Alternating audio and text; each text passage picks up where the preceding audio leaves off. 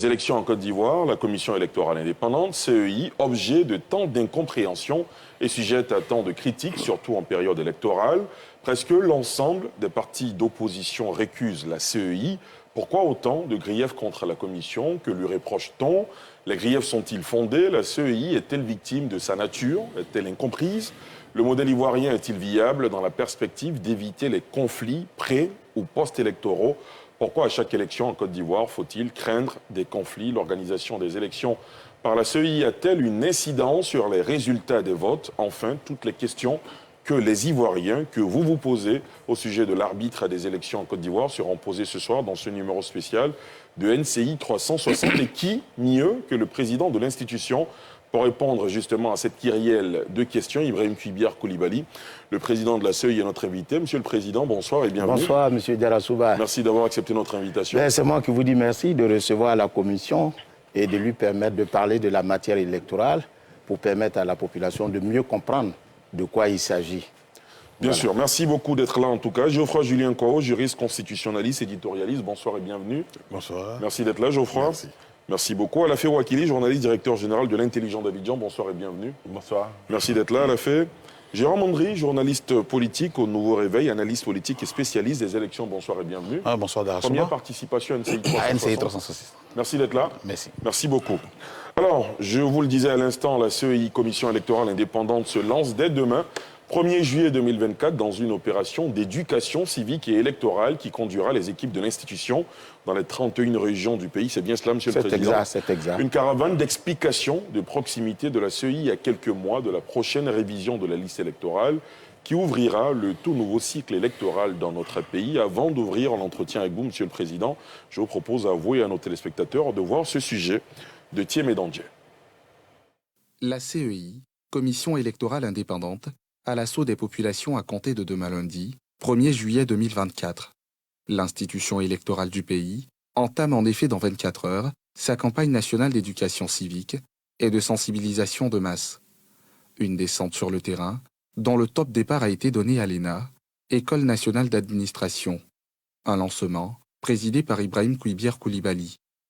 En face des auditeurs de l'ENA, pour le grand oral, le président de la CEI mettait en lumière les différentes opérations de son institution et les motivations de la campagne citoyenne de proximité lancée.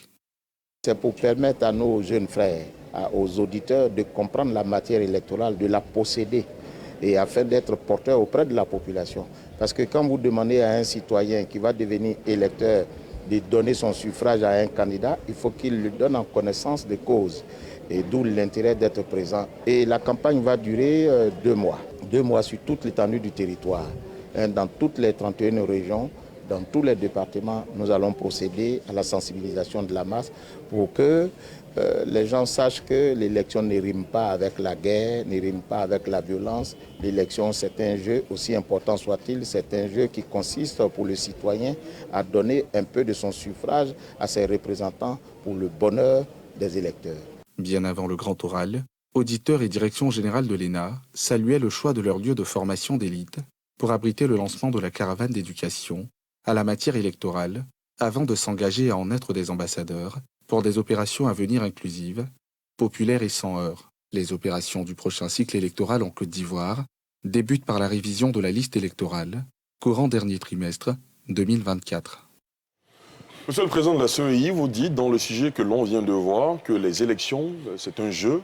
Oui. Mais ce n'est pas un jeu finalement en Côte d'Ivoire. Quand on pense à 2010, quand on pense à un peu plus loin même dans le temps, on pense à 2000, on pense à 2020. Finalement, en Côte d'Ivoire, les élections cristallisent les attentions, crissent même le climat sociopolitique.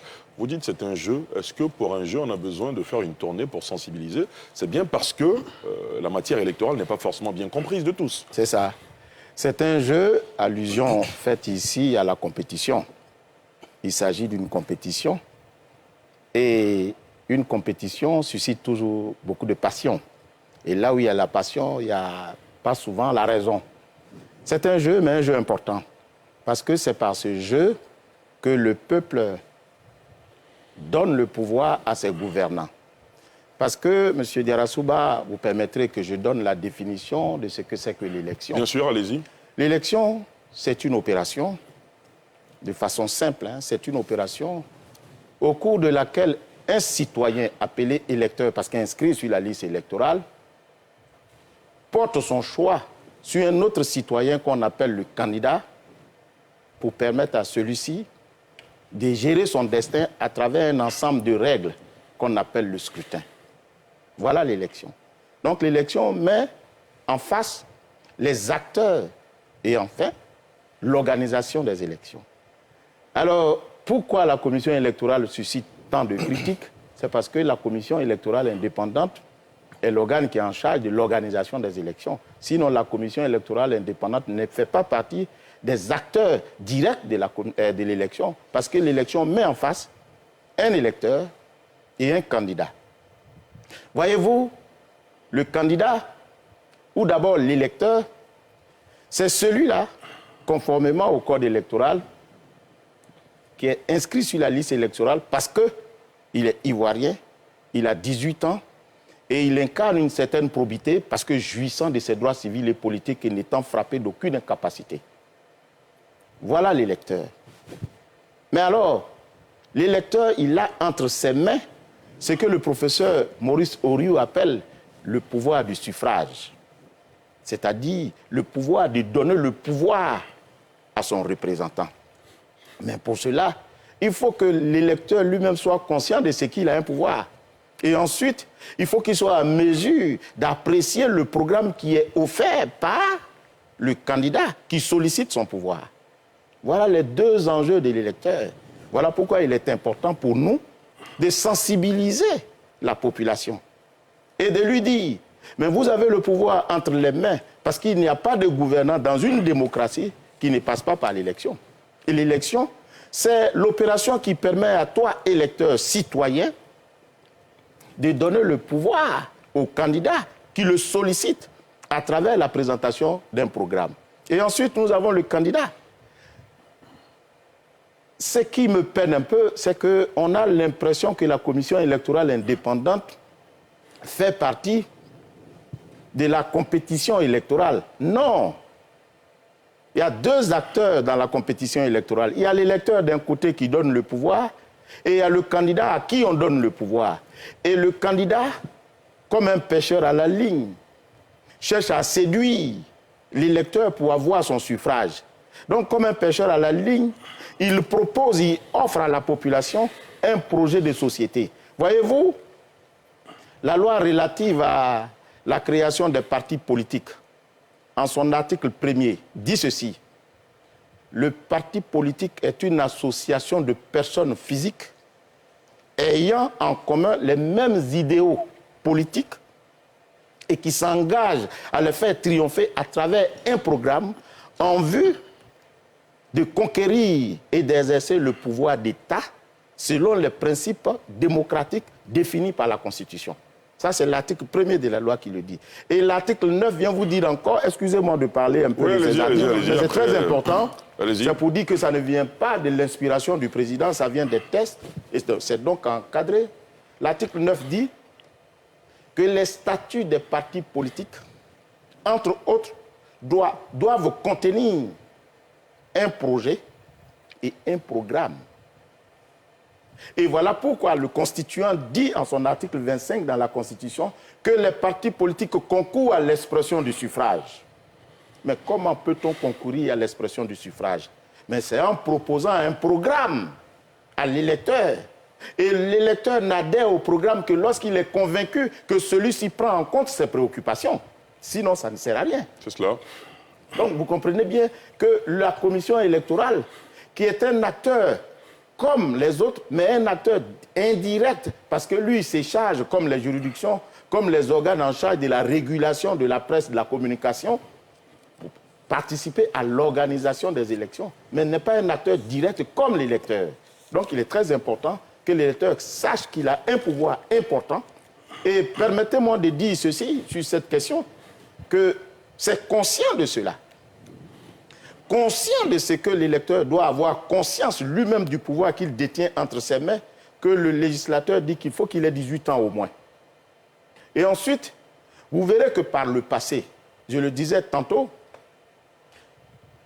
pour être électeur par le passé, soit vous avez beaucoup d'argent, soit vous êtes instruit. On appelait cela le suffrage censitaire. Le suffrage censitaire, c'était le suffrage qui autorisait une personne à avoir la qualité d'électeur quand celle-ci payait un certain montant d'impôt. Et quand vous payez ce montant d'impôt, on se dit, ce monsieur, il a le droit de regarder la gestion de la chose publique. Donc on lui confère la qualité d'électeur. Ou à défaut, il y a ce qu'on appelle le suffrage capacitaire. Le suffrage capacitaire obligeait le citoyen à passer un test en ce qui concerne la compréhension du fonctionnement des institutions de la République. Vous voyez, pour dire que n'est pas n'importe qui un électeur. Et aujourd'hui, le constituant ivoirien dit que le suffrage est universel, même s'il est subordonné à l'acquisition, à la satisfaction d'un certain nombre de conditions, mais il est ouvert à tous les citoyens. Il est donc bon que le citoyen soit conscient de ce pouvoir important qu'il a entre les mains et d'en faire un bon usage. Très bien, on va évoquer évidemment toutes ces questions d'entrée de jeu. Monsieur le Président, vous évoquez les acteurs d'une élection, évidemment en Côte d'Ivoire, les électeurs, le candidat. Est-ce que là-dessus, on est tous d'accord que les citoyens n'ont pas toujours l'impression d'avoir le pouvoir de désigner celui qui est censé diriger le pays, évidemment les candidats, cette notion d'avoir un projet de société justement pour séduire l'électorat. Réaction Bon, je voudrais rebondir un peu à ce que le président, Monsieur le Président, vous avez indiqué tout à l'heure que les citoyens doivent savoir que l'élection c'est un jeu. Finalement, on donne un peu raison à Joseph Staline qui dit que ce n'est pas ceux qui votent qui décident, mais c'est ceux qui comptent les votes qui décident. Pour vous, qui n'a pas compris ces règles du jeu? Est-ce les citoyens ou bien les politiques? Puisque à chaque élection, on a l'impression que la crise vient des politiques. Qui n'a pas compris les règles du jeu? Est-ce que c'est les citoyens qui n'ont pas compris? Ou bien c'est ceux qui... parce que vous avez dit qu'il y a le candidat et l'électeur. Qui n'a pas compris les règles du jeu? Mais moi, je pense que c'est tout le monde. C'est tout le monde.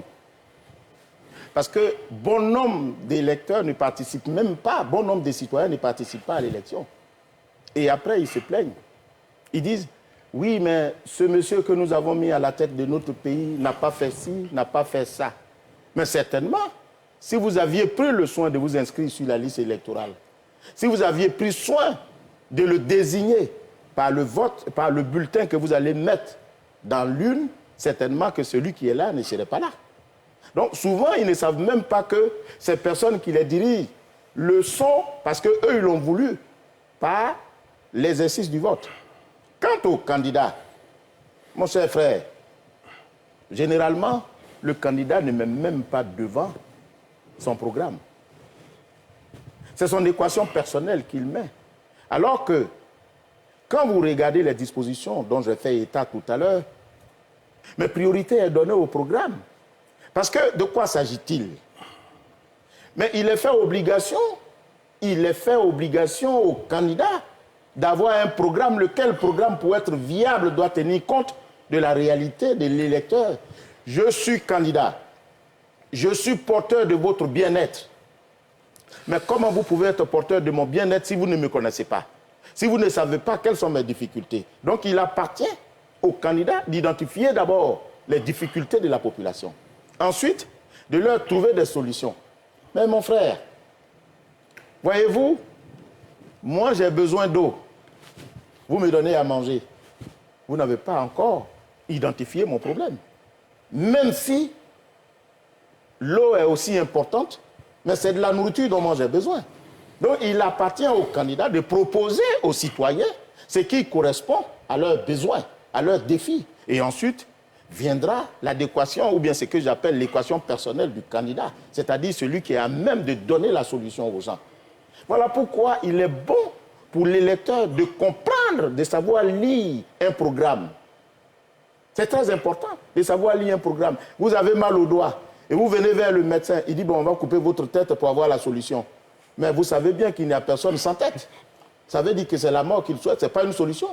Donc il faut que l'électeur sache, comment on appelle, identifier à travers les solutions à sa préoccupation, les solutions qui sont les bonnes. Voilà pourquoi c'est une nécessité que les uns et les autres se préoccupent de la matière électorale, parce que ce n'est pas donné à n'importe qui de venir exercer le pouvoir. Figurez-vous messieurs, nous qui sommes sur le plateau, mais le rôle d'un président, c'est quoi? Mais c'est de déterminer, de conduire la nation. La politique de la nation, ce n'est pas n'importe quoi. Le rôle d'un député, c'est quoi? Mais c'est de voter la loi qui n'est rien d'autre que l'expression du peuple, qu'il traduit en forme légistique et juridique. Et ensuite consentir l'impôt pour se donner les moyens d'exécuter cette loi qui est l'expression de la volonté du peuple. Et que sont les représentants des citoyens au plan local? Mais c'est des agents de développement. Vous comprenez bien que les missions qui sont celles de ces représentants sont aussi importantes et qui nécessitent donc que les uns et les autres soient pénétrés profondément de la matière électorale. Absolument. Geoffroy Julien Koro. Oui, merci. Merci, Monsieur le Président. Lorsque je vous écoute, je suis content parce que nous sommes d'accord sur le fait que la démocratie se consolide à travers l'élection. Donc l'élection est accordée à la démocratie. Absolument. Mais à l'observation, en Côte d'Ivoire, l'élection participe à fragiliser la démocratie. Malheureusement. C'est pourquoi j'ai 4 préoccupations à vous soumettre et nous allons voir comment on peut échanger. D'accord. Quand nous prenons la Constitution ivoirienne, 8 novembre 2016, en son article 52, l'article 52 dispose que le suffrage est universel, libre, égal et secret. Et vous l'avez bien dit tout à l'heure, le suffrage est universel parce qu'il s'oppose au suffrage restreint. Au départ, était le suffrage restreint qui empêchait une catégorie de personnes d'être, n'est-ce pas, électrices et candidates. Le suffrage masculin, dont vous avez parlé, c'est-à-dire seuls les hommes votaient. C'est jusqu'au XVIIIe siècle aux États-Unis et même en 1944 en France que les femmes ont eu droit de vote. Le suffrage capacitaire, où seuls ceux qui étaient lettrés pouvaient être candidats ou voter. Et puis, on a le suffrage censitaire, où seuls les riches pouvaient être et électeurs et candidats. Mais, Monsieur le Président, quand on prend notre Constitution, le Code électoral, à son article 55, le Code électoral impose un cautionnement de 50 millions pour être candidat à l'élection du président de la République. Autrement dit, c'est le retour du suffrage censitaire. C'est-à-dire que le pauvre peut être électeur, mais le pauvre ne peut pas être candidat. C'est une préoccupation, je veux qu'on en discute. Deuxième préoccupation, on dit que le suffrage est libre. La liberté du suffrage, c'est quoi? C'est-à-dire, je peux voter comme ne pas voter. Ça s'oppose à l'élection obligatoire. Mais moi, je pense que, vous avez tout à l'heure parlé de l'abstention, du fait que les gens ne partent pas voter. Du désintérêt même. Du désintérêt. Je pense qu'il faut faire le contraire. Le vote ne doit pas être une liberté, mais une obligation. Il y a déjà plus de 40 pays au monde qui le font. Dans le Brésil, dans l'Égypte en Afrique, la RDC en Afrique. On est d'accord? Bien. Parce que si on me parle de liberté, mais ce n'est pas une atteinte à la liberté. Parce que quand on m'impose, par exemple, l'obligation fiscale, mais moi je peux dire, bon, ça ne m'intéresse pas de participer à la vie financière de l'État. Quand on me dit que l'école est obligatoire, mais moi je peux dire, mais attends, si je ne mets pas mon enfant à l'école, où est le problème? Mais nous connaissons la pertinence de l'éducation pour l'État et pour l'individu lui-même. La pertinence de l'impôt pour le fonctionnement de l'État. Mais comme vous l'avez si bien dit tout à l'heure, l'élection participe à désigner ceux qui conduisent au quotidien notre destin. Or, aujourd'hui, nous sommes dans la démocratie de l'abstention en Côte d'Ivoire. Je vous donne 3 exemples. Le référendum de 2016, 44% de taux de participation. Vous me corrigez si je me trompe dans les chiffres. 44% de taux de participation, inférieur à 50%. Cette constitution, elle est légale, mais elle est illégitime. Quand on prend les dernières élections municipales, prenons les 3 principales communes d'Abidjan. À Yopougon, le taux de participation était à 27%. 20% à Bobo, 19% à Cocody.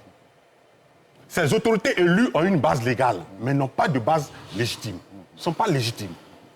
Autrement dit, le vote obligatoire va participer à combattre l'abstention et à consolider la légitimité des élus parce que, en démocratie et en politique, c'est moins la légalité que la légitimité qui conforte le pouvoir. Troisième préoccupation, le suffrage est égal, dit la Constitution. Mais l'égalité, c'est quoi? C'est l'égalité et des électeurs et l'égalité et des candidats. L'égalité des électeurs, c'est quoi? Un électeur, une voix. L'égalité des candidats, c'est-à-dire les candidats ont les mêmes moyens pour aller à la compétition, comme l'avait dit tout à l'heure. C'est une compétition. C'est pourquoi, dans les grandes démocraties, on fait ce qu'on appelle le plafonnement des dépenses électorales. Prenons l'actualité. Aujourd'hui, nous venons d'avoir les élections législatives en France. En France, il y a un plafonnement des élections législatives qui est de 38 000 euros. Converti en CFA, ça fait, je crois, 24 millions. Donc, vous avez 24 millions pour battre l'élection, pour faire campagne. Ce qui fait que tous les candidats sont au même niveau. Si vous dépassez, vous êtes sanctionné. Et votre victoire vous est retirée. C'est pourquoi vous voyez, par exemple, le président Hollande, même le président Macron et les ministres sur le terrain aller avec les jeux, parce qu'on ne peut pas. Mais chez nous, il n'y a pas de plafonnement. De sorte qu'un milliardaire sera toujours candidat. Et c'est l'absence de plafonnement qui fait que l'Assemblée nationale n'est pas la représentation de la nation, mais la représentation des élites. On n'a ni de chauffeurs là-bas, on n'a pas de servantes à l'Assemblée nationale, on n'a pas de taximètres à l'Assemblée nationale, on n'a pas d'ouvriers à l'Assemblée nationale, on n'a pas de paysans à l'Assemblée nationale. Or, dans les grandes démocraties comme la France, par exemple, notre sœur Rachel Keke, elle est chef, elle est ménagère, elle est servante, mais elle est députée. Il y a plus d'une trentaine d'ouvriers au Palais Bourbon.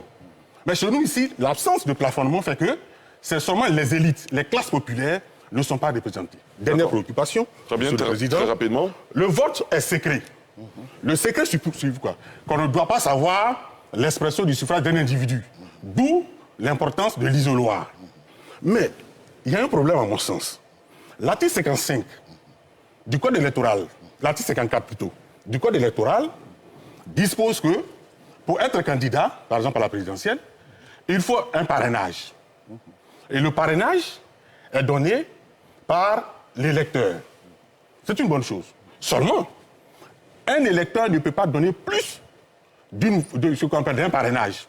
Ça veut dire que si moi, je suis électeur, j'ai parrainé le président Koulibaly, je ne peux pas parrainer la candidature de M. Ali Diarra-Souba. Vous voyez que ça pose un problème. Ça veut dire qu'il y a une présomption de choix. Ça veut dire que j'ai porté mon choix sur M. Koulibaly. Autrement dit, mon vote n'est plus secret. Monsieur le Président, voici les 4 préoccupations que je voulais vous soumettre. Très bien. Alors, moi, je me rends compte qu'il y a des sujets qui ne sont peut-être pas l'initiative de la CEI, qui relèvent peut-être Oui, bien sûr. Oui. Je vais laisser le Président réagir là-dessus. Mais je veux dire qu'on a 2 heures de temps d'horloge. Autant éviter les sujets qui ne relèvent pas des prérogatives de la CEI. Monsieur le Président, Geoffroy-Julien Koro a évoqué 4 préoccupations qui sont pertinentes. Beaucoup d'Ivoiriens se posaient également ces questions-là. C'est à vous. Alors, merci beaucoup, M. Diarra-Souba, de préciser très bien qu'effectivement, ce que M. Kouao vient de dire, bien que ce soit pertinent, ça ne ressortit pas à la compétence de la Commission électorale indépendante. Mais il est bon de préciser ceci. L'article 52 de la Constitution dont vous avez fait cas parle du suffrage. Les 4 éléments dont vous avez fait cas, c'est le suffrage. Donc, ça ne concerne pas le candidat. C'est du suffrage dont il est question. Suffrage, c'est de donner le pouvoir à quelqu'un. Donc, ce sont des conditions. On dit le suffrage est universel.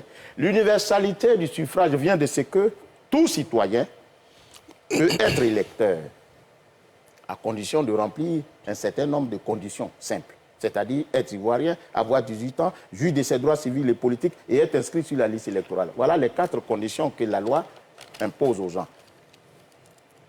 C'est l'article 3. Donc, c'est clair là-dessus. Donc, le suffrage dont il est question, c'est une obligation qui relève de l'électeur et non du candidat. 1. Des 2, vous dites que vous auriez souhaité que l'élection qui est le suffrage qui est libre, l'élection devait être obligatoire. Je répète encore pour dire que c'est vrai, dans certains pays, comme la Belgique, comme ceux dont vous avez parlé, l'élection est obligatoire. Mais jusqu'à preuve du contraire, chez nous, l'élection est libre. Moi, je me fonds dans l'antre de la loi jusqu'à ce qu'elle soit modifiée. Chez nous, l'élection est libre. Alors, ce qui serait intéressant, peut-être pour aller dans votre sens, c'est de faire de l'inscription sur la liste électorale une obligation. Là, je peux vous suivre. Obliger les citoyens à être inscrits sur la liste électorale. Mais quant à l'exercice du droit, il doit être facultatif. Sinon, il perd sa qualité de liberté qui est fondamentale à la démocratie. Si vous obligez quelqu'un à choisir, mais ce n'est plus de la liberté. C'est là la limite de votre analyse. Vous obligez quelqu'un à choisir, mais ce n'est plus de la liberté. Parce que son choix, la liberté, c'est quoi? C'est faire le choix ou ne pas faire un choix. Si je ne fais pas le choix, c'est ma liberté. Si je fais un choix, c'est ma liberté. Oh, à vous entendre, M. Kwao, vous aurez bien souhaité qu'on obligeât un citoyen à s'inscrire, comme on appelle, à poser voter. Un bulletin dans l'urne. Voilà. Et vous portez atteinte à sa liberté. Ce qui serait souhaitable, et je vous suivrai là-dessus aisément, c'est quand on oblige le citoyen à s'inscrire sur la liste électorale. Mais quant à l'exercice du droit, il faut le lui laisser. C'est une faculté qui lui est reconnue de faire ou de ne pas faire. Toujours est-il que la loi, jusqu'à preuve du contraire, ne fait pas de l'élection une obligation en Côte d'Ivoire. Deuxièmement, vous dites que le suffrage est égal. C'est vrai, mais je répète encore pour dire qu'il s'agit de l'électeur. L'électeur, parce que le candidat, avant d'être candidat, il est électeur. Voilà, c'est le candidat électeur qu'on voit, ce n'est pas le candidat. Ce n'est pas parce que la chose est égale, elle est libre, que le premier venu peut être candidat. Oui, monsieur Kwao, vous avez vu tout à l'heure les fonctions qui sont attachées à celles de président de la République, les fonctions qui sont attachées à celles des députés, les fonctions qui sont attachées à celles d'élus locaux. Mais c'est de grande importance. On ne peut pas donner au premier venu le pouvoir de le faire. Voilà pourquoi le constituant ivoirien impose le parrainage pour éviter les candidatures farfelues. Et c'est tout à fait normal. Voyez-vous, ce n'est pas parce qu'on a besoin de militaires qu'on va prendre tout le monde pour être militaire. Il y a des conditions pour être militaire, il y a des conditions pour être médecin, il y a des conditions pour être magistrat, il y a même des conditions pour être professeur que vous êtes. Ce n'est pas donné à tout le monde. Est-ce que vous croyez qu'il n'y a pas beaucoup de citoyens qui aient des sciences à divulguer ou à diffuser aussi, à enseigner?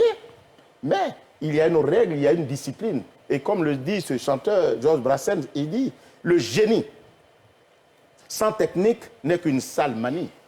Parce que le génie se doit d'être apprivoisé pour être conforme à la volonté de la société. C'est en ce moment qu'on en tire profit. Alors si on permet à tout le monde, au premier venu, je vous raconte cette anecdote, M. Diarra-Souba. Allez-y rapidement. Kwao, assis dans mon bureau, à l'occasion des élections, l'élection présidentielle passée, je reçois un candidat, dont je préfère taire le nom. Un candidat à la présidentielle? À la présidentielle, qui me dit, Monsieur le Président, il insistait à me rencontrer, je le reçois, comme tous les autres. Il dit, je n'ai pas le cautionnement. Je n'ai pas d'argent.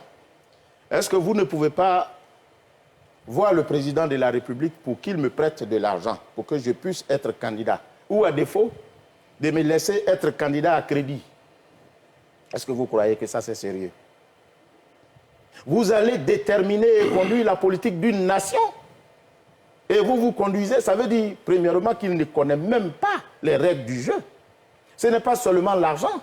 Quand on vous institue le cautionnement, ce n'est pas seulement l'argent, mais il y a aussi le parrainage. Le parrainage, ce n'est pas une violation du caractère secret du vote, parce qu'il s'agit d'une autorisation que l'électeur qui a le pouvoir, parce que la Constitution ivoirienne dit quoi? Le principe que la République de Côte d'Ivoire a adopté comme principe et conduite dit qu'il s'agit du gouvernement du peuple, par le peuple et pour le peuple. Et que la souveraineté appartient au peuple. Et que le peuple l'exerce de deux façons, soit par la voie du référendum, soit par la voie de ses représentants élus. Vous voyez? Donc quand le peuple doit décider de donner son pouvoir à quelqu'un, mais il faut qu'il maîtrise la personne.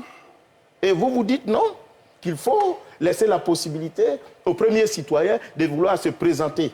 Mais c'est dangereux. Il faut canaliser les choses. Ce n'est pas parce qu'on a dit qu'on veut faire la liberté ou on veut opter pour la liberté qu'on va on va opter pour une liberté sans limite. Parce qu'une liberté sans limite me suicide la liberté elle-même. Voilà pourquoi il est bon que ça soit encadré. Et donc, le vote secret vient de ce que il faut éviter que le citoyen, l'électeur, qui se rend dans l'urne, décide en connaissance des causes selon son intime conviction. Voilà pourquoi l'isoloir permet de soustraire de la vue de toute influence extérieure l'électeur quant à son choix. Voilà l'intérêt de l'isoloir. Voilà l'intérêt du caractère secret. Mais ce n'est pas parce qu'il donne son autorisation à un candidat de se présenter que ça viole le secret. Parce que cette autorisation va lui permettre, à l'occasion de la campagne, qui est la rencontre du projet que offre le candidat à l'électeur, de comprendre pour l'électeur la pertinence du projet qui lui est offert. Et c'est à partir de cet instant, il dira, le jour du vote, non, ce monsieur, il m'a vendu du vent. Non, ce monsieur, son projet est plus viable. Mais s'il ne l'autorise pas à venir se présenter, il n'aura jamais l'occasion d'apprécier la pertinence du projet. D'où l'intérêt du parrainage. Donc, il y a aussi bien le poids financier, mais il y a aussi ce poids moral qui est l'autorisation de candidater, l'autorisation de se présenter à une élection. Donc, l'article 52 parle de suffrage universel, libre, égal et secret, mais ça ne concerne que l'électeur. Bien entendu, le candidat n'est concerné que par ricochet, c'est-à-dire parce que le candidat, avant d'être candidat, il est lui-même électeur. Voilà. Très bien. Alain Wakili, je reviendrai à vous, Geoffroy. Allez, à la fin. Monsieur le Président, vous parlez avec un enthousiasme qui se veut convaincant, mais étonnant lorsqu'on a entendu qu'à la CI, il y a des personnes qui ont faim. Est-ce vrai qu'il y a des personnes qui ont faim à la CI? Qui ont faim, c'est-à-dire? Oui, on dit que non, il faut aller à la boulangerie, leur donner du pain. On a entendu une personnalité importante du pays dire que la CI, il y a des personnes qui ont faim là-bas. Alors, monsieur Alafé, je voudrais dire que, en fait, il faut être clair, hein. Il faut dire clairement les choses. C'est le président Gbagbo qui l'a dit à l'occasion d'une de ses rencontres. Nous... c'est à cette référence que vous faisiez. Oui, c'est ça, c'est ça. Mais je voudrais dire que le président Gbagbo n'est pas n'importe qui. Le président Gbagbo, il a été président de la République de Côte d'Ivoire. Et pour ce faire, il mérite de notre part respect et considération. Des actions de déférence à son endroit. Peut-être cela vous a échappé. Alors que la loi ne l'y obligeait pas, il avait décidé de venir se faire inscrire sur la liste électorale parce qu'à l'occasion de la révision précédente, on l'avait radié de la liste. Quand j'ai été informé, j'ai demandé au superviseur de la zone où il devait se rendre d'organiser sa rencontre. Certains nous avaient proposé de fermer porte. Non. Le juge, même quand il sait que vous avez tort, il vous écoute. Recevons-le. Peut-être que cela vous a échappé. Le cadre dans lequel le président Gbagbo a été reçu n'est pas le cadre qui est offert à tout le monde. Le fauteuil dans lequel il s'est assis, c'était un fauteuil digne de président. Nous l'avons reçu. Et je me rappelle bien que les agents de sécurité m'avaient informé de ce qu'il avait souhaité accorder une interview dans l'enceinte de la commission électorale locale. Et ils avaient proposé que ça se fasse dehors pour ne pas créer des débordements. J'ai dit non, c'est un ancien président de la République. On doit le mettre à l'abri de toutes les intempéries. On a dégagé la cour et il a tenu son interview, il a tenu sa conférence et après il est monté dans sa voiture, il est rentré chez lui. Donc c'est cette image que la commission retient de tous les acteurs. Et il y a une image encore que je retiens, il avait fait une belle analyse en 2010. Le président Gbagbo avait dit à cette occasion que, ayant constaté que la majeure partie de ses adversaires souhaitaient s'inscrire ou bien souhaitaient être représentés au sein de la commission électorale, il leur avait accordé cette faveur. Et il dit, je leur ai accordé cette faveur parce que ce n'est pas la commission électorale indépendante qui élit le président de la République, mais c'est le peuple ivoirien. Donc je voudrais rassurer le président que les règles n'ont pas changé. Ce sont les règles qui prévalent encore. Le peuple est toujours là. Et les règles qui encadrent la commission et le fonctionnement de la commission électorale sont les mêmes. Donc qu'il soit rassuré, les choses se feront conformément à la loi. Donc c'est une boutade peut-être, mais une boutade amicale. Il ne faut pas la prendre en autre mesure. Président, voilà, c'est une boutade amicale. Président, on peut se demander qu'est-ce qui se passe à la CEI pour que des personnes a priori intègres, proposées ou désignées par des organisations, des partis politiques, une fois qu'elles arrivent là-bas, elles endossent aussi l'habit du soupçon. Oui. C'est-à-dire que le PCI souvent critique la CEI alors qu'il a un représentant là-bas. Le PPACI du président Gbagbo a un représentant là-bas. on suppose que c'est des personnes intègres. Absolument. On se demande comment vous travaillez. Est-ce que quand on entre à la CEI, on change? On se pose la question parce qu'on ne comprend pas qu'un leader politique, quelles sont les règles à la CEI? On ne comprend pas qu'un leader politique qui a justement des représentants dans la CEI pense que c'est une CEI aux ordres manipulés et que son représentant ne sert à rien en y étant. Est-ce que c'est vous seuls qui décidez? Les autres, là, quand ils viennent, ils dorment, ils se couchent en vous laissant tout faire? En fait, à travers votre question, je décèle là la crédibilité de la commission électorale. C'est cela, et c'est une question qu'on allait aborder un peu plus tard, mais Alafé Ouakili a lancé le jeu, on y va? Je voudrais dire que la critique est aisée, mais l'art est difficile, nous a-t-on dit. Certainement que quand on est en dehors de la commission électorale indépendante, on dit beaucoup de choses d'elle. Mais quand on y rentre, on se rend compte que la commission électorale est régie par des normes. Et on se rend compte qu'elle ne peut pas plus qu'il ne faut, conformément à la loi. On donne beaucoup de pouvoir à la commission qu'elle n'a en réalité. La commission ne peut pas faire échouer quelqu'un, M. Diarra-Souba. Je le dis aujourd'hui à la face de la nation. Le président, les présidents, tous ceux qui ont gouverné le savent bien. Une élection, ce n'est pas à la commission électorale indépendante. Je vais vous expliquer pourquoi. Parce qu'on accuse la commission de manipuler les résultats. Mais comment? Quand le vote a lieu dans un bureau de vote, le citoyen, il vient. Quand il rentre dans un bureau de vote, M. Ali Diarra-Souba, permettez que vous soyez pour l'occasion l'électeur. Il rentre, vous êtes les représentants des candidats. Et vous regardez sur la liste électorale, la liste d'émargement, si M. Diarra-Souba est électeur. Et ensuite, M. Diarra-Souba va voter. Et on matérialise cela par l'encre indélébile. Et il s'en va, il émarge et il s'en va. Et au moment venu, bien entendu, du dépouillement, on procède à la computation des voix recueillies par chaque candidat. Et quand on le fait, on va dresser procès verbal de tout ce que chacun des candidats a eu, en faisant passer, au fur et à mesure, devant tous les représentants des candidats, le suffrage obtenu par chacun. Et ensuite, on dresse ce procès verbal qu'on remet à chacun de vous. C'est-à-dire qu'un candidat sérieux qui a envoyé des représentants dans tous les bureaux de vote, à la fin du vote, quand il fait la computation, il peut savoir son statut. Il peut savoir s'il fait partie des vainqueurs ou des vaincus. Alors, si on va pour la computation au siège de la commission locale et que me vient l'envie d'erroner les dispositions qui sont sur le procès verbal, ça sera sur mon procès verbal et non sur le vôtre.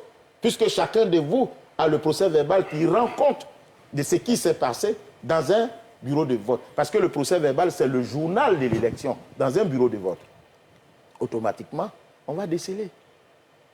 Comment ça se fait, M. Cubière, que vous avez un procès verbal dont le contenu est différent de celui des autres représentants des candidats?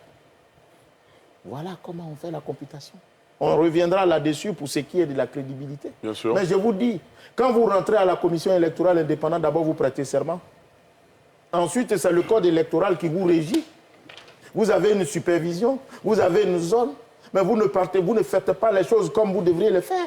Mais vous croyez que tous ceux qui sont rentrés à la commission électorale ont pu être circonvenus par mes soins. Mais les décisions sont prises par un collège de commissaires. Nous sommes 18. Et je suis commissaire avant d'être président. Pourquoi voulez-vous que ce soit moi qui prenne seul les décisions? Ça ne se fera pas.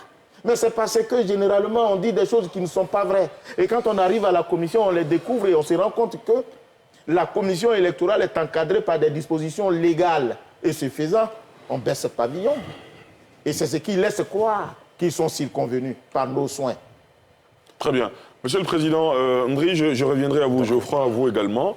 Vous ouvrez une porte, enfin, Alafé Ouakili a ouvert cette porte concernant la crédibilité et tous les griefs que les partis politiques évoquent concernant la commission électorale. Je vous propose, avec le concours de la réalisation, d'écouter justement une compile de toutes ces voix de l'opposition ivoirienne qui s'élèvent pour dénoncer une commission électorale indépendante aux ordres. Cet élément est de Thiemé Danger. La question du basculement automatique des nouveaux majeurs sur la liste électorale est une porte ouverte à la fraude. Et le PDCI-RDA, sous la plume de son président, a écrit à la CEI pour dire qu'il n'est pas d'accord que ce basculement soit fait. Et ce basculement, le faisant, c'est grave. Quand vous êtes en ville, vous pouvez le faire facilement, mais quand vous êtes en chose, pourquoi est-ce que 2 poids 2 mesures? Il faut que certains viennent se présenter et d'autres ils sont assis derrière leur ordinateur et puis ils font les basculements. La CEI qui est là, mais ça, c'est un organe de crise. Ah, vous êtes étonné? C'est un organe de crise qui est là. Et moi, je vais vous expliquer. D'abord, organe de crise à 2 niveaux. La CEI, dans sa forme actuelle, a été conçue à Maroussi, dans la crise, pour contenter les différents acteurs en son temps. Parce que c'est encore adapté. Deuxièmement, vous avez au sein de la commission électorale indépendante tous ceux qui compétissent. Mon cher, la compétition ne va jamais prendre fin.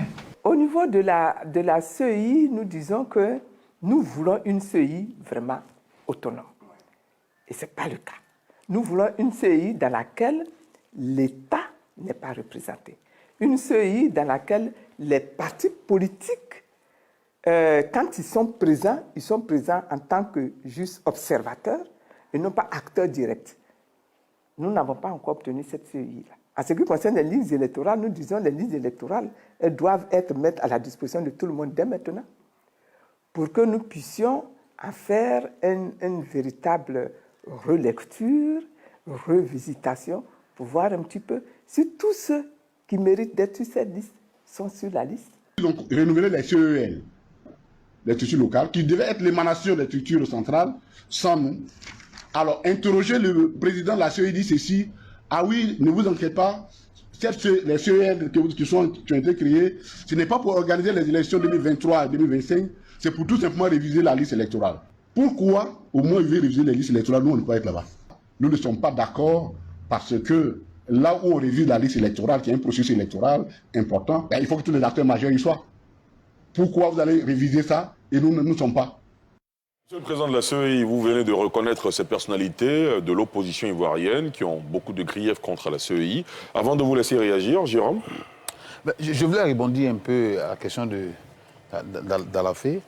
Monsieur le Président, vous dites que la CEI ne fait pas perdre un candidat. Ça peut sembler vrai, mais dans les faits, on constate que la CEI pèse très souvent pour des candidats. Je prends un cas bien précis. Il est dit qu'après la compilation des résultats par bureau de vote, cela devait être affiché. Ça n'a jamais été fait. Plusieurs fois, des voix sont élevées pour interpeller la CEI. La CEI n'a jamais réparé ce fait-là. Pourquoi les résultats ne sont pas affichés bureau de vote par bureau de vote?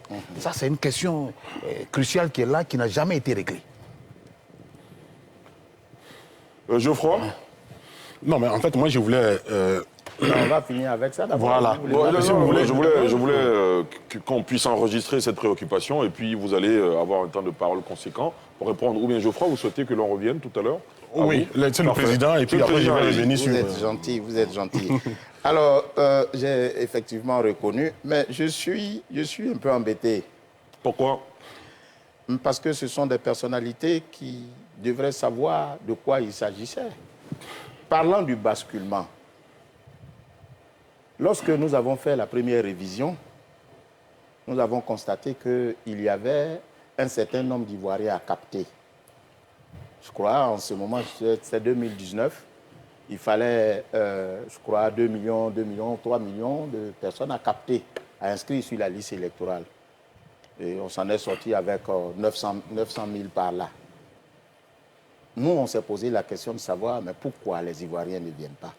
Comme M. Kouao l'a dit tout à l'heure, on réfléchissait à haute voix, on s'est dit, mais lorsqu'on a la preuve que le citoyen, il est ivoirien et qu'il a 18 ans, au lieu de faire de l'élection une obligation, pourquoi on ne l'inscrirait pas sur la liste électorale de façon obligatoire? C'est l'inscription obligatoire qui est le basculement. C'est-à-dire que dès que vous avez 18 ans et que l'ONESI nous dit que vous êtes ivoirien par la délivrance des documents administratifs l'attestant, nous, on vous met directement sur la liste électorale, comme ça se fait partout. Hein.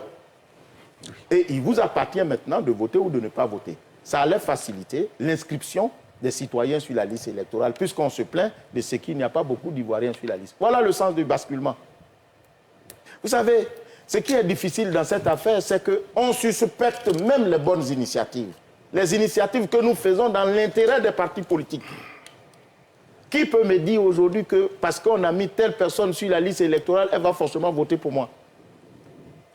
Mais nous fabriquons des briques. Mais nous ne fabriquons pas les maisons. Nous ne construisons pas les maisons. Nous avons pour vocation d'inscrire les citoyens, comme les partis politiques, sur la liste électorale. C'est ce que nous faisons comme mission.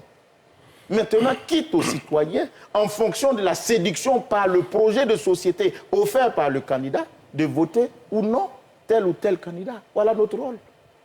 Ils disent qu'ils ne veulent pas. Ils ne veulent pas. Et quand on a expliqué, ils ont fini par comprendre l'intérêt du basculement. Pour nous, c'était pour éviter que les citoyens viennent chaque jour, on dit il faut tel papier, il faut aller ici, il faut se déplacer, etc. On s'est dit, bon, dès qu'on a la preuve que c'est un Ivoirien et qu'il a 18 ans, on le met sur la liste électorale, quitte à lui maintenant de se déplacer, d'aller voter ou de ne pas voter. C'était ça. C'était pour gagner du temps et c'était pour créer ce dynamisme-là au niveau de la viabilité de la liste électorale. Ensuite, on dit pour que la CEI n'est pas autonome. Mais pourquoi la CEI n'est pas autonome? Il vous souvient, vous tous, autour de cette table, que l'élection était organisée par le ministère de l'Intérieur avant 2000. C'est cela. Ce sont les mêmes partis politiques qui ont trouvé que l'État, étant parti au contentieux électoral, ne pouvait pas être celui qui allait organiser les élections. Donc juge et parti. Juge et parti. Ils ont donc sorti de l'escarcelle du ministère de l'Intérieur l'organisation de l'élection pour la confier à qui? Pour la confier à un organe. Je n'ai pas envie de citer, mais ce sont des faits qui sont récents pour nous. Certaines personnes qui ont parlé à votre écran tout à l'heure, en son temps, avaient dit que la commission électorale devait être animée que par les représentants des partis politiques. Quand on leur a même proposé la société civile, ils ont dit qu'ils ne voulaient pas de la société civile, motif pris de ce que celle-ci serait des politiques encagoulés. L'expression est deux. Et après, on a donc laissé les partis politiques, les représentants des partis politiques animer la commission électorale indépendante. Et après, on nous dit non, ils ne peuvent pas animer parce qu'ils ne sont pas, ils sont partis prenantes au contentieux. Donc il faut faire entrer la société civile. C'est ce qu'on a fait. Aujourd'hui, il y a un représentant du président de la République. Il y a un représentant du ministère de l'Intérieur. Il y a 6 représentants de la société civile. Il y a 4 représentants du parti au pouvoir. Et il y a 5 représentants de l'opposition et il y a un représentant du Conseil supérieur de la magistrature. Voilà les personnes qui animent la commission. Alors, donc, quand on dit que, comment on appelle ça, la crédibilité de la commission viendrait de ce que il ne faut pas que l'État soit présent, ni les partis politiques qui devaient être des observateurs. Mais qu'est-ce qu'on veut finalement? Mais le ministère de l'Intérieur organisait, ce sont des fonctionnaires, ce sont des Ivoiriens. On dit non, on ne veut pas. Et après, on vient, on dit non, c'est la société civile qui va organiser. Depuis 2000 jusqu'en 2024, ça fait 24 ans, ce sont les mêmes griefs. Leur position change en fonction de leur position actuelle. Quand ils ont des opinions, ils ont telle position. Quand ils ont telle autre position, ils ont d'autres opinions. Mais la loi ne devait pas être régie de cette façon. Charles Blé Goudé, par exemple, tout à l'heure, estimait que cette CEI-là, finalement, le modèle qu'il suggère, si j'ai bien entendu ce qu'il disait, c'est de proposer finalement que tous les partis politiques sortent pour qu'on revienne à un organe technique, soit le ministère de l'Intérieur, pour organiser. Est-ce que vous serez favorable à cette mouture? Mais moi, je n'ai pas d'option. Moi, je n'ai pas d'opinion à donner. Moi, je suis bête et discipliné. Parce que, par principe, j'applique la loi. Vous n'avez peut-être pas remarqué, mais la commission fonctionne sur la base de 2 normes juridiques. Il y a la loi et il y a les accords politiques. Il y a même des commissaires qui sont arrivés à la commission électorale indépendante, alors que leur poste n'était même pas prévu à la commission, mais procédant d'un accord politique. Nous acceptons jusqu'à ce que notre mandat expire. Donc nous n'avons pas pouvoir d'apprécier, mais je voudrais dire qu'on a beau jeu, M. Darasouba, M. Kouao, on a beau jeu de dire que la commission électorale doit être régie par des règles, mais je vais vous dire, ce ne sont pas les règles qui font un système, ce sont les hommes qui font un système. Il faut se faire confiance. Aujourd'hui, tout le monde prend l'exemple du Sénégal.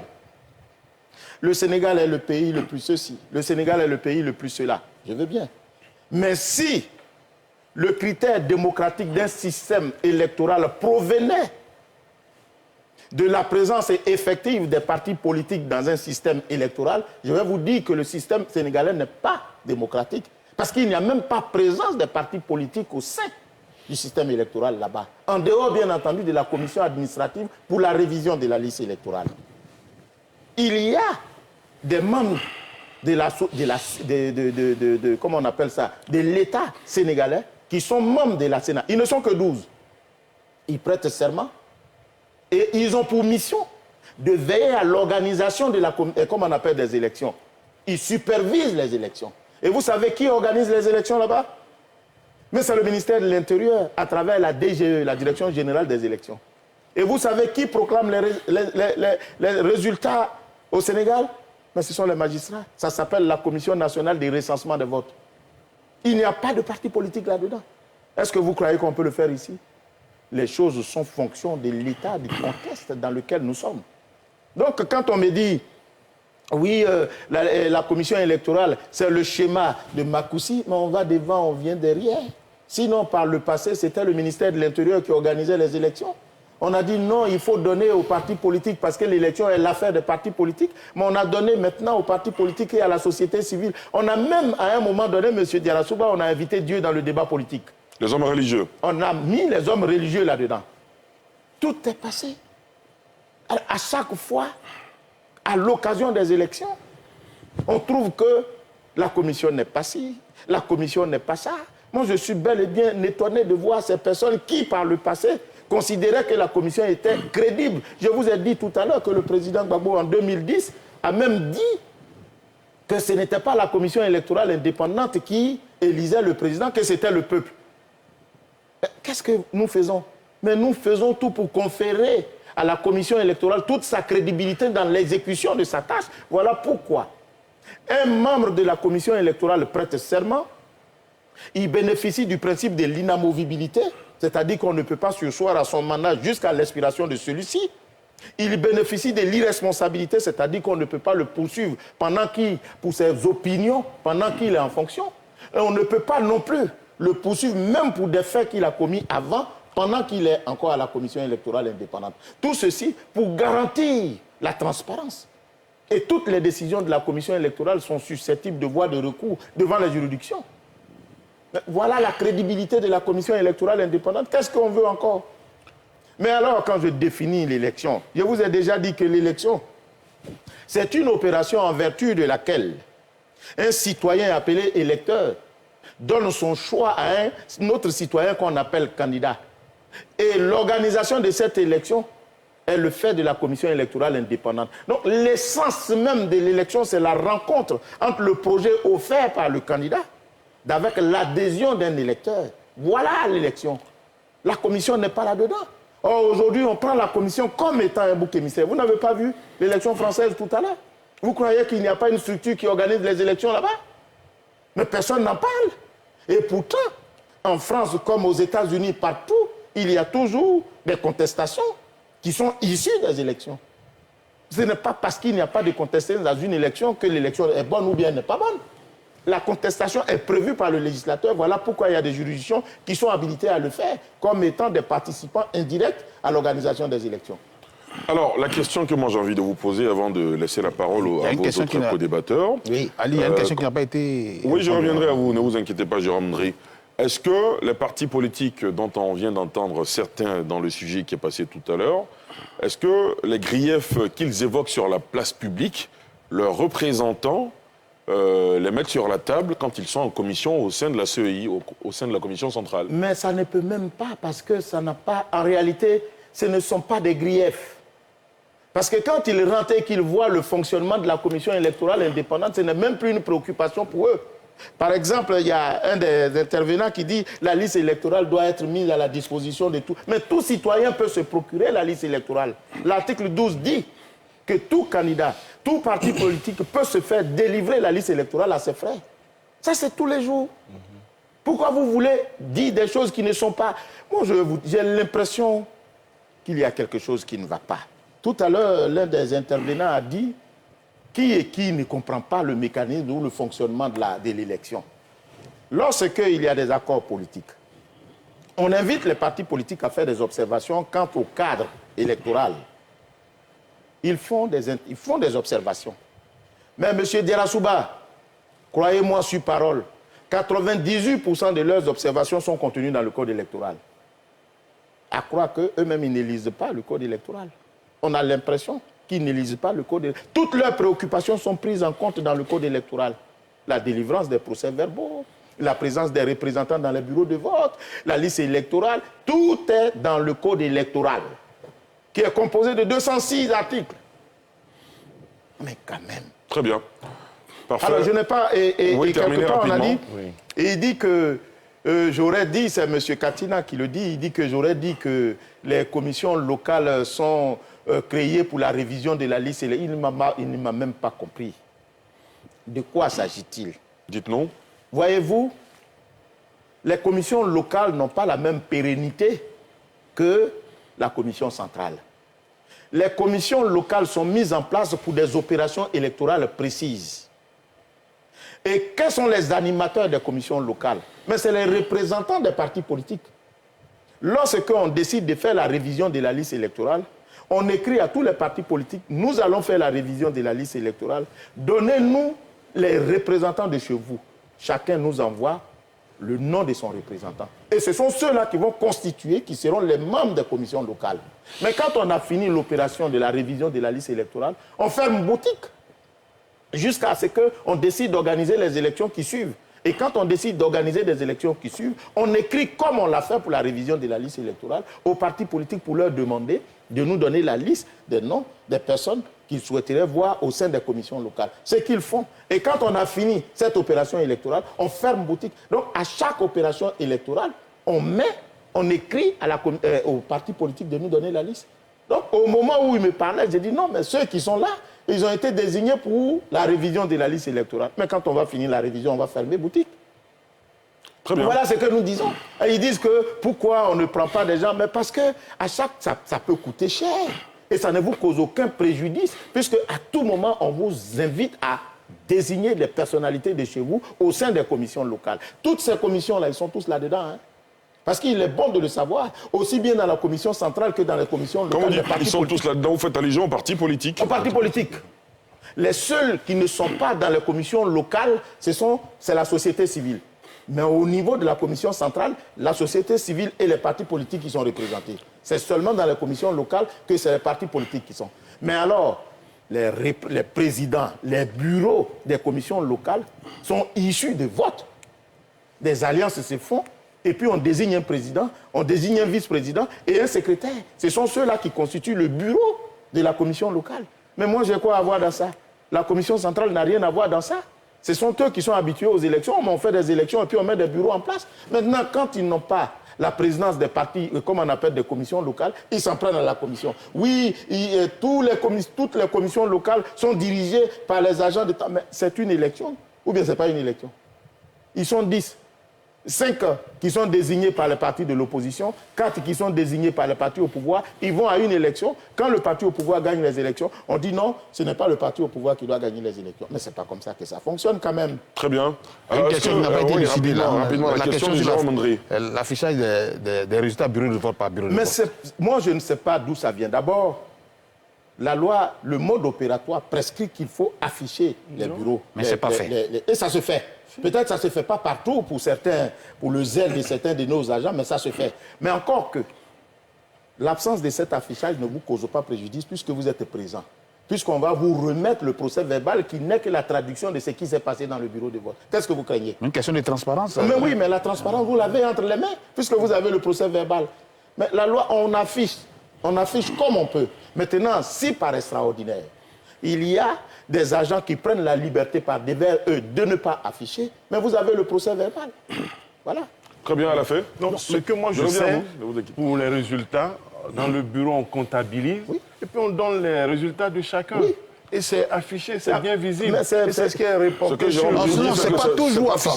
C'est pas toujours affiché. Ça veut dire que le bureau de vote ne comptabilise pas les voix alors? Je comprends pas. Non, c'est comptabilisé, mais les standards sont à la discrétion de tout le monde. D'accord, mais c'est clair. Jérôme, terminé.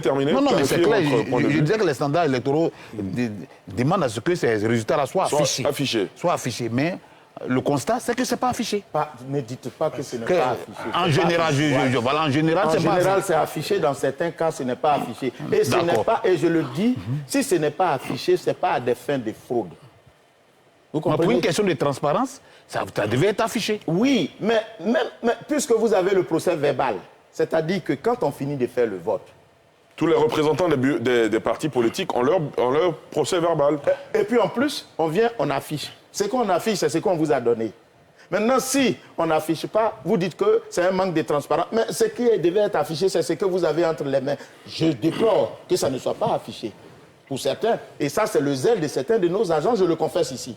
Vous savez, les agents des bureaux de vote ne sont pas forcément des membres de la commission électorale indépendante. C'est comme quand un enseignant il donne son cours, il y a certains qui le comprennent en même temps, il y en a d'autres, c'est à l'occasion des compositions qu'ils apprennent la leçon. Donc c'est ce cas qui peut se produire. Et nous avons d'ailleurs invité les partis politiques chaque fois que besoin est, quand ils constatent des irrégularités dans les bureaux de vote, de se référer à notre chef des zones. Il y a toujours un représentant de la commission centrale qui se trouve dans les zones. C'est ceux-là qu'on appelle les superviseurs. Et automatiquement, on procède au règlement de cela. C'est vrai, il aurait fallu afficher, mais si on ne le fait pas, mais ne vous en faites pas, ce n'est pas la fin du monde, parce que vous avez le procès verbal qui atteste de ce qui s'est passé dans le bureau de vote. Geoffroy, Julien Kouao. Oui, merci beaucoup. Alors, je voulais faire deux observations. Allez-y. La première sur l'intervention du président relativement à mes remarques, et la seconde relativement à la crédibilité de la commission électorale indépendante. Alors, d'abord, le président a dit que quand on parle de suffrage, on parle seulement que de l'électeur. Non, le vocabulaire électoral est clair, on parle souvent de suffrage et de scrutin. Le suffrage, c'est comment on vote. Et le scrutin, c'est comment on compte les résultats du vote. Et les deux, parlant des deux, les deux font allusion au binôme électeur-candidat. On ne peut pas parler d'élection sans parler du binôme électeur-candidat. Donc, et le scrutin et le suffrage renvoient à ce binôme. Donc, l'égalité dont on parle, l'égalité concerne et les électeurs et les candidats. C'est pour cela, comme je vous le dis, dans les démocraties occidentales, on fait le plafonnement des dépenses pour pouvoir permettre cette égalité entre les candidats. Je propose que pour l'élection des députés en Côte d'Ivoire, on propose, par exemple, 5 millions pour la campagne électorale. Je propose que pour le président de la République, on propose 500 millions pour la campagne électorale. Ça va permettre à tout le monde de pouvoir compétir. Parce que, en fait, et ça me permet de rebondir sur votre deuxième intervention, nous sommes dans une république. La république s'oppose à la monarchie. La monarchie, le souverain, c'est le monarque. Mais dans une république, c'est le peuple. Et dans le peuple, dans la république, tous les citoyens sont égaux. Le président de la République n'est pas supérieur à quelqu'un dans une république. Mais quand vous dites, par exemple, en donnant l'exemple, qu'il y a un monsieur qui est venu, il n'a pas 50 millions et qu'on ne donne pas à n'importe qui et autres. Mais monsieur le président, excusez-moi, mais c'est des propos qui choquent un peu les valeurs républicaines. Justement, dans une république, il n'y a pas de farfelus. Tout le monde peut prétendre être candidat. Mais la vendeuse de Kabato peut être président de la République et mieux gérer la Côte d'Ivoire qu'un agrégé, qu'un fonctionnaire du FMI et de la Banque mondiale. Mais ça, vous le savez. Mais pourquoi vous dites, par exemple, que la pauvreté est un délit, que c'est n'importe qui, que, par exemple, on met la clé... Tous les citoyens. Le président Lula, le président brésilien, mais c'est un enfant de pauvre. Il n'est même pas allé à l'école. Le président Ronald Reagan, l'un des meilleurs présidents états-uniens, il n'a même pas le niveau élémentaire, c'est-à-dire le CP chez nous ici.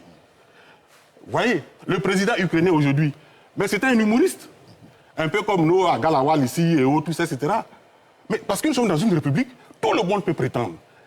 Tel que vous dites, c'est-à-dire que pour vous, seuls ceux qui ont l'argent, qui ont fait de grandes études, peuvent prétendre. Ça, c'est de l'aristocratie, c'est antidémocratique. C'est pourquoi je parle encore de plutocratie. Nous ne sommes pas dans une démocratie. Et quand on regarde bien, c'est la bourgeoisie qui nous gouverne.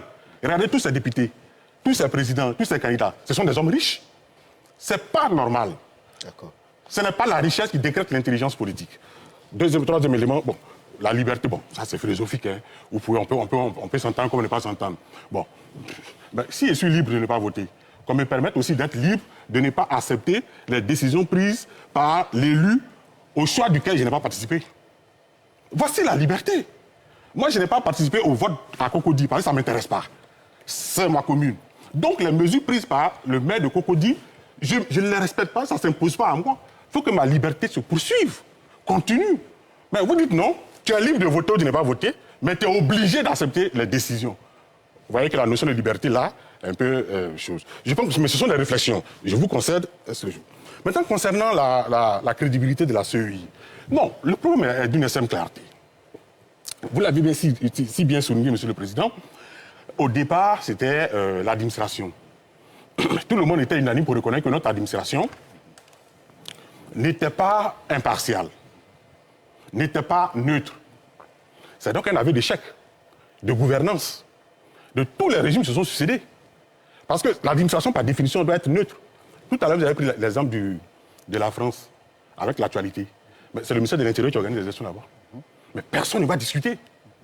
On a vu aujourd'hui le ministre Darmanin, qui est le ministre de l'Intérieur, candidat à sa propre succession, en tant que député. Quand il est allé, il s'est mis en rang. Dans une république, on se met en rang. Il n'y a pas président de la République, il n'y a pas chose qui arrive en retard. Il s'est mis en rang pendant 35 minutes avant d'aller voter. C'est symptomatique. Et personne ne peut discuter parce qu'on fait confiance aux fonctionnaires. Mais chez nous, ici, personne ne fait confiance aux fonctionnaires, à l'administration. C'est pour cela qu'on a mis en place la CEI. Mais on dit qu'elle est indépendante. Mais elle devait être indépendante vis-à-vis de qui? La CEI devait être indépendante vis-à-vis de l'administration. Mais que fait le représentant du président de la République, chef de l'administration, qui par ailleurs lui-même est président d'un parti politique, donc compétiteur électoral? Que fait le représentant du ministre de l'Intérieur, qui est lui-même par ailleurs membre d'un parti politique? C'est l'administration. Donc la commission électorale indépendante n'est pas indépendante de l'administration. Elle devait être indépendante des compétiteurs.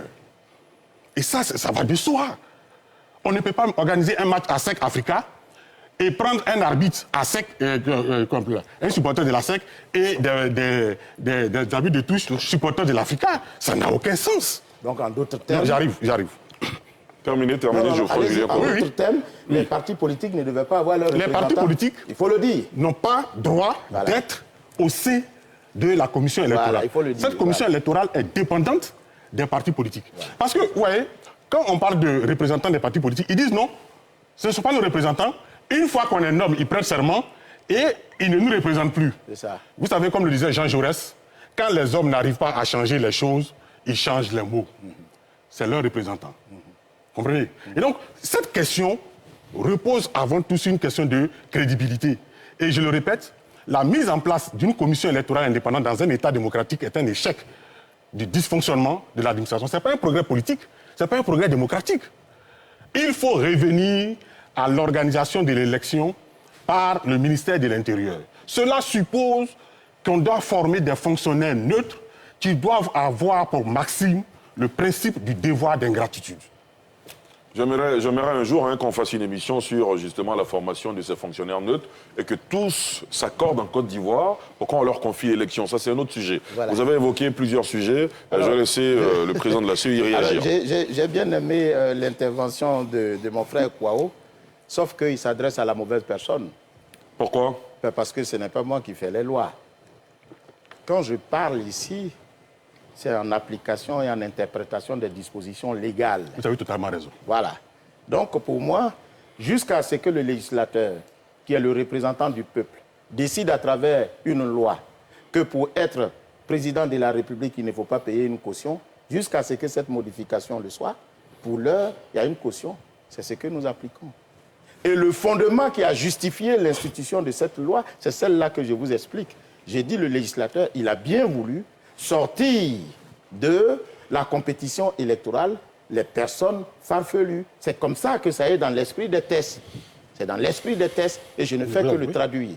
Et puis quand vous prenez les exemples des présidents qui sont issus de familles modestes, on ne vous a pas dit qu'ils ont respecté des conditions?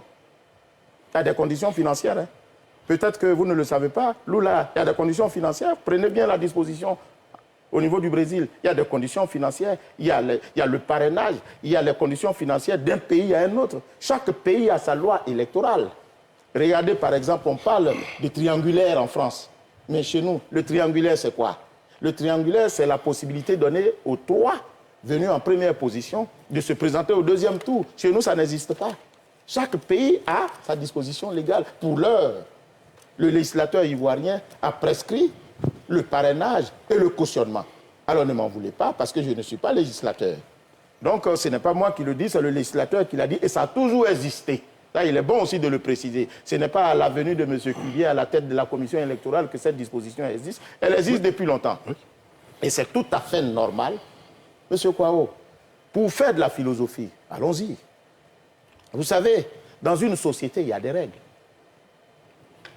Il y a des règles.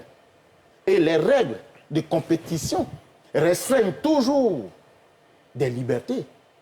Si vous me dites que au nom de la liberté, quand je n'ai pas voté quelqu'un, je n'ai pas à me soumettre à cette décision, mais comment on fait pour vivre dans la société? C'est parce que la liberté doit être utile. Et ceux qui ont fondé la règle juridique disent que la règle juridique, quand elle est valable, elle se doit en plus d'être utile. Et l'utilité, c'est son application dans la société, dans l'intérêt du bien-être de la population. Alors comment on fait quand dans un pays, parce que vous n'avez pas désigné quelqu'un, vous ne vous soumettez pas à la décision prise par cette personne? Mais c'est une violation de la démocratie, parce que la démocratie, c'est le principe de la majorité. C'est ça la démocratie, M. Kouao. C'est le principe de la majorité. C'est ceux qui ont la majorité qui gouvernent. Alors ceux qui n'ont pas la majorité se soumettent à ceux qui ont la majorité. C'est le principe du nombre. C'est un principe cardinal en matière de démocratie. La vérité se trouve du côté du nombre. Voilà la démocratie. Donc quand je vous dis, vous dites que oui, les deux, c'est des binômes, l'électeur et le candidat. Bon, moi, jusqu'à preuve du contraire, le suffrage, c'est le pouvoir reconnu à l'électeur d'accorder son choix à un candidat. Donc quand le suffrage est universel, mais c'est le choix, c'est le caractère du choix. Le caractère du choix doit être universel, doit être libre, doit être égal, doit être secret. Maintenant, si vous l'étendez au candidat, parce que le candidat, il peut être libre, tout le monde peut venir être, tout le monde doit être candidat. Bon, vous savez, mais même au niveau naturel et biologique, la science nous a révélé que à l'assaut de l'ovule, plusieurs spermatozoïdes vont à l'assaut de l'ovule, mais seul un spermatozoïde arrive à féconder l'ovule. C'est pour dire que même au niveau naturel, il y a des sélections qui se font. Pourquoi voulez-vous que nous, vivants, humains, ne puissions pas faire des sélections? Vous-même, vous êtes professeur, mais chacun de nous, je l'ai dit tantôt, chacun de nous a une science. Mais pour enseigner à l'université, il faut respecter une certaine discipline. Alors si vous dites non, chacun doit pouvoir faire ce qu'il veut dans un État, mais ça fait désordre, ça. Ça fait désordre. C'est pour cette raison qu'il y a toujours des règles pour encadrer. Et donc quand le législateur le dit, il le dit en connaissance des causes. Et jusqu'à ce que ça soit modifié, mais nous allons nous en tenir à ce que les dispositions légales disent. Très bien, nous allons marquer une courte pause. À la fin, Wakili, rapidement. Oui, moi, j'aurais voulu demander comment ils comptent associer la société civile et les partis politiques à la sensibilisation qui démarre demain. Un. Deux, l'inscription obligatoire qui est en même temps automatique. Est-ce le bon moyen de parvenir aux 12 millions d'enrôler sur la liste électorale, étant entendu que le président du PDCI est en grande campagne tournée et il déclare souvent que 8 millions d'électeurs, c'est insuffisant, ce n'est pas normal, en visant l'objectif de 12 millions. Alors, je réponds pour dire que le référentiel ne doit pas être 30 millions de personnes. En le faisant, ce n'est pas juste. Le dernier recensement a établi que nous sommes 29 millions par là. Dans les 29 millions, c'est les 29 millions d'habitants. Tous les habitants ne sont pas des Ivoiriens. Et tous les Ivoiriens ne sont pas des électeurs. Donc il faut sortir de ces 29 millions, d'abord les nationaux, et ensuite les électeurs, les potentiels électeurs. On nous a dit qu'il y a 22 500 000 Ivoiriens. Et que dans les 22 500 000, il y a 12 600 000 qui sont des éventuels électeurs. Et sur les 12 millions, 600 000, il y a 8 millions qui sont sur la liste électorale. Donc l'analyse doit se faire à partir des 12 millions et non des 30 millions. C'est comme ça qu'il faut le faire. Tout à fait. Voilà. Et donc, à l'heure actuelle, nous sommes à 64% d'inscrits sur la liste électorale. Donc c'est déjà pas mal. Même s'il y a des efforts à faire, c'est déjà pas mal. Voilà, parce que le standard international, je crois qu'on l'a dépassé. Très bien. Voilà. Parfait, on va marquer une courte pause et poursuivre juste après.